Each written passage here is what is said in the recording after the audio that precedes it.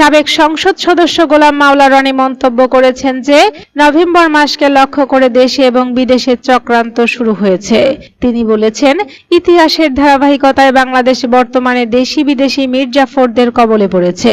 গোলাম মাওলা রনি দেশের অর্থনৈতিক ও প্রশাসনিক পরিস্থিতির অবনতির চিত্র তুলে ধরেন। তিনি বলেন, গত 14 মাসে নানা গুজব ও বাস্তব সমস্যায় অনেকের ঘুম হারাম হয়েছে। দেশে ব্যবসা বাণিজ্য, নতুন বিনিয়োগ নেই। ব্যবসায়ীরা চাহিদা মতো বিদ্যুৎ ও গ্যাসের সরবরাহ পাচ্ছেন না।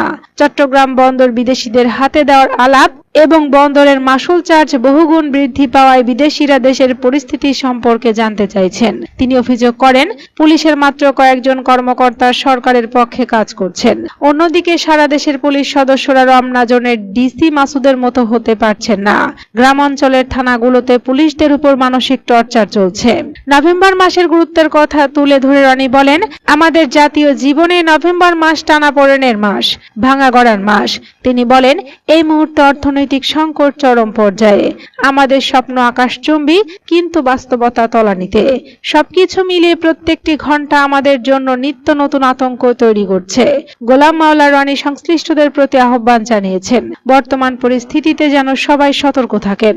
এদিকে আসন্ন জাতীয় সংসদ নির্বাচনকে ঘিরে সবচেয়ে খারাপ পরিস্থিতি মোকাবেলার জন্য সর্বোচ্চ প্রস্তুতি নিতে নির্দেশ দিয়েছেন প্রধান উপদেষ্টা ডক্টর মোহাম্মদ ইউনূস। বুধবার নির্বাচনের প্রস্তুতি নিয়ে সরকারের উচ্চ পর্যায়ের এক বৈঠকে এমন নির্দেশনা দেওয়া হয়েছে বলে জানিয়েছেন প্রেস সচিব শফিকুল আলম। প্রধান উপদেষ্টার বাসভবন যমুনায় 2 ঘন্টার অধিক সময় ধরে বৈঠক অনুষ্ঠিত হয়। পরে ফরেন সার্ভিস একাডেমিতে এ নিয়ে ব্রিফিং করেন প্রেস সচিব।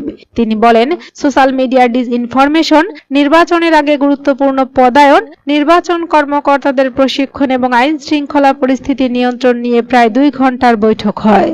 বৈঠকে প্রধান উপদেষ্টা বলেছেন, নির্বাচন বানচালে দেশের ভেতর ও বাহিরে থেকে অনেক শক্তি কাজ করবে। ছোটখাটো নয়, বড় শক্তির কাছ থেকে আক্রমণ চলে আসতে পারে। এই নির্বাচন চ্যালেঞ্জিং হবে। যত ঝড় আসুক না কেন, আমাদের সেটা অতিক্রম করতে হবে। আগামী 15 নভেম্বরের মধ্যে নির্বাচন সংক্রান্ত সব প্রস্তুতি শেষ করতে বলেছেন প্রধান উপদেষ্টা। আগামী নির্বাচনকে ঘিরে সবচেয়ে খারাপ পরিস্থিতি মোকাবেলা করার জন্য সর্বোচ্চ প্রস্তুতি নিতে হবে বলে প্রধান উপদেষ্টার বরাত দিয়ে বলেছেন প্রেস সচিব। প্রধান উপদেষ্টা আরো বলেন, আগামী নির্বাচন সুন্দর উৎসব মুখর করতে হলে মানুষের কাছে পৌঁছাতে হবে। নির্বাচনী নীতিমালা, ভোট কেন্দ্রের নিয়ম, কিভাবে ভোট প্রদান করতে হবে, কোথাও বিশৃঙ্খলা হলে কি করতে হবে, এসব বিষয়ে মানুষকে সচেতন করতে হবে। এই আলোকে ইলেকশন কমিশন এবং কালচারাল মিনিস্ট্রিকে টিভিসি বা ডকুমেন্টারি তৈরি করতে হবে।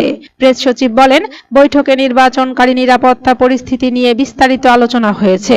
সেনাবাহিনীর পক্ষ থেকে জানানো হয়েছে, নির্বাচনে আর্মি ও নেভির 92,500 এর মতো সদস্য মোতায়েন থাকবে। এর মধ্যে 90,000 থাকবে সেনা সদস্য, বাকিটা নৌবাহিনী সদস্য।